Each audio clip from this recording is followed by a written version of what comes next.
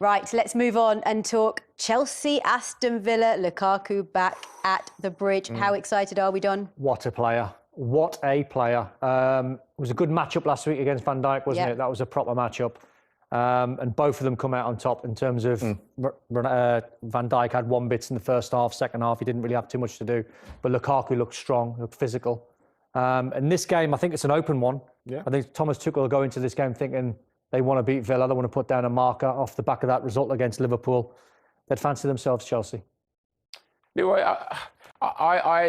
Everyone's got Manchester City down as nailed on champions. There's a part of me that thinks... Which part, JJ? Which part? Left or right? Arm, Left or right? Your ear, That's the head. your It's nose. the head. It's the head. Oh, the head. Okay. It's the head. It's the head. It's the only real part of the body that works. Yeah. Stephen said the ear. You know.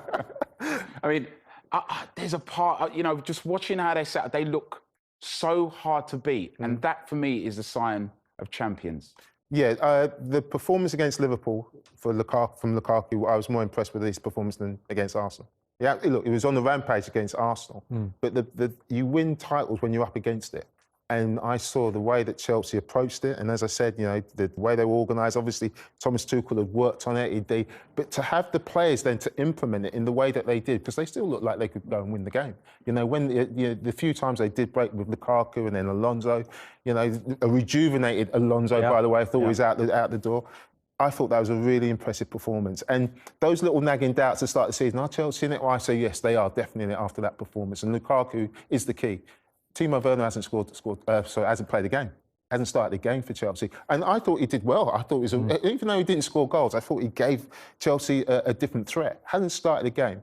And he sat on the bench. And that is why you just fancy Chelsea, because I think they've got so much coming off the bench. Alonso, Chilwell hasn't kicked a ball yet. Thiago Silva came on as sub. That is a fantastic. You can't get a handle on Tuchel's 11, can you? No. You've got no idea what 11 he's going to pick.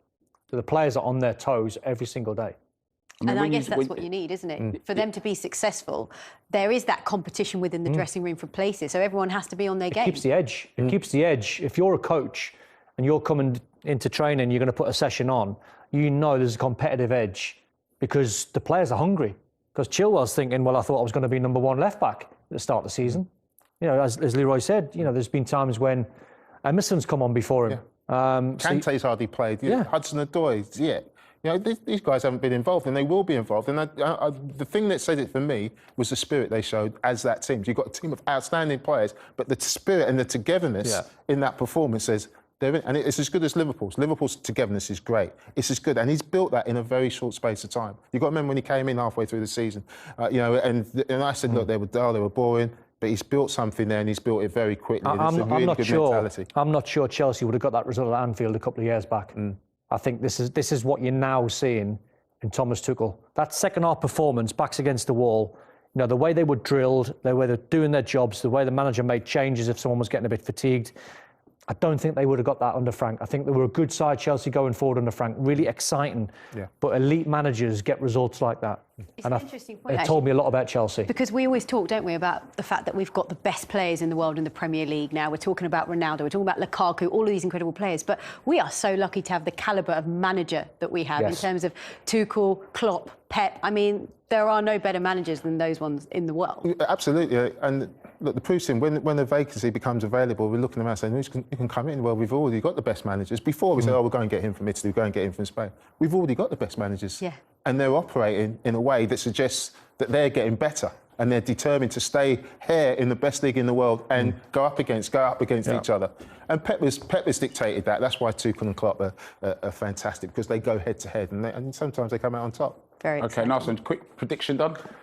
3-0. And he lost one at home in 16. Chelsea, 3-0. Nice I read it on the barn there. Well done, good stat. Well done. Didn't have to say that. Yeah, we would have thought you were just brilliant. I'll go 4-1 Chelsea. Okay, nice. Thank you very much, guys.